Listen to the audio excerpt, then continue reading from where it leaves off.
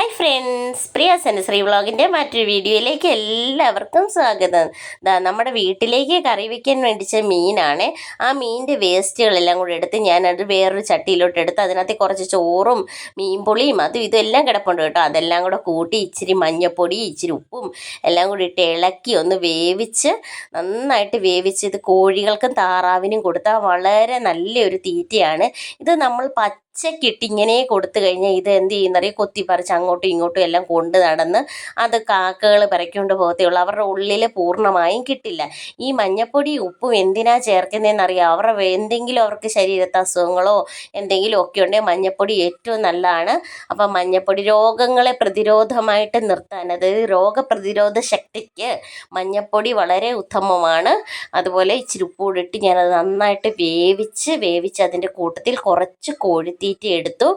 അതേപോലെ തന്നെ നമ്മുടെ ആടലോടകത്തിൻ്റെ ഇലയും ഇത്തിരി വെളുത്തുള്ളിയും ഇത്തിരി ഇഞ്ചിയും ഇതെല്ലാം കൂടെ അരച്ച് മഞ്ഞളും എല്ലാം കൂടെ അരച്ചതാണ് ഈ ചേർത്ത് കൊടുക്കുന്നത്. വല്ല പനിയോ എന്തെങ്കിലും ചുമന്നുള്ളിയും കൂടെ ഒക്കെ ഇടും കേട്ടോ. വല്ല പനിയോ വല്ലതൊക്കെ ഉണ്ടെന്നുണ്ടെങ്കിൽ മാറിക്കോട്ടെ. നമ്മൾ ഇച്ചിരി ആയുർവേദ മരുന്നുകളൊക്കെ അരച്ച് കലക്കി ഇടയ്ക്കിടയ്ക്ക് കൊടുക്കുന്നത് നല്ലതാണ് കോഴികൾക്ക്. എന്താണെന്ന് ചോദിച്ചാൽ രോഗപ്രതിരോധ ശേഷി കൂടിയിരിക്കാനും അസുഖങ്ങളിൽ നിന്നൊക്കെ ഇവർക്കൊരു ഇതുണ്ടാകും. പെട്ടെന്നൊന്നും അസുഖങ്ങൾ ഉണ്ടാവത്തില്ല. പുറത്ത് നടന്ന് അതും ഇതെല്ലാം തിന്നുന്ന കോഴികളല്ലേ. ഈ വെന്ത് വെച്ചിരുന്ന മീനും അതിൻ്റെ വേസ്റ്റും അതുപോലെ തന്നെ ഇപ്പം തലേദിവസത്തെ ഇച്ചിരി ചോറാണ്. അതെല്ലാം കൂടെ തീറ്റയിലോട്ട് ഇളക്കി ഇതെല്ലാം കൂടി ഇനി കൊണ്ടുപോയി അവരുടെ മുന്നിലോട്ട് വെച്ച് കൊടുക്കണം. ഇങ്ങനെ കൊടുക്കുമ്പോൾ ഉള്ള ഒരു ഗുണം എന്താണെന്നറിയാം, നമുക്ക് മുട്ട ഉൽപ്പാദനം കൂടുതലായിരിക്കും.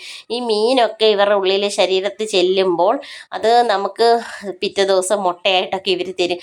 ഈ താറാവുകൾക്ക് ഒരു പ്രത്യേകതയുണ്ട് കേട്ടോ. താറാവുകൾക്ക് മീൻ കൊടുക്കുന്ന ദിവസം ഉറപ്പായിട്ടും പിറ്റേ ദിവസം നമുക്ക് മുട്ടയുണ്ട്. ഇവർക്ക് മീനൊക്കെ വളരെ ഇഷ്ടമുള്ള ആഹാരമാണ്. അതിൻ്റെ കൂടെ കുറച്ച് അവിയൽ ഇവിടെ ഇരുന്നു. ആ അവിയലും കൂടെ ഞാൻ അതിൻ്റെ കൂട്ടത്തിലിട്ട്. ഇപ്പം നോക്കി കറക്റ്റ് ഒരു ബിരിയാണി പോലെ ആയില്ലേ. എന്താ മീൻ ബിരിയാണി എന്ന് നമുക്ക് വേണേൽ പറയാം. അതിന് പച്ചക്കറിക്ക് വേണ്ടുന്ന അവിയലും വന്നു. അപ്പോൾ എല്ലാം കൂടെ ഒരു സമീകൃത ആഹാരമായിട്ട് മാറി. അതെല്ലാം കൂടി ഇട്ട് ഇളക്കി അവരുടെ ട്രേക്കകത്ത് ഞാനിവിടുന്ന് അങ്ങോട്ട് കൊണ്ട് ചെല്ലുമ്പോഴേ ഉണ്ടല്ലോ അവരെല്ലാം കൂടെ ഭയങ്കര ബഹളം ഉണ്ടാക്കി ഇങ്ങനെ എൻ്റെ ചുറ്റിന് നിൽക്കാൻ, എന്നെ നടക്കാൻ പോലും സമ്മതിക്കത്തില്ല കണ്ടോ.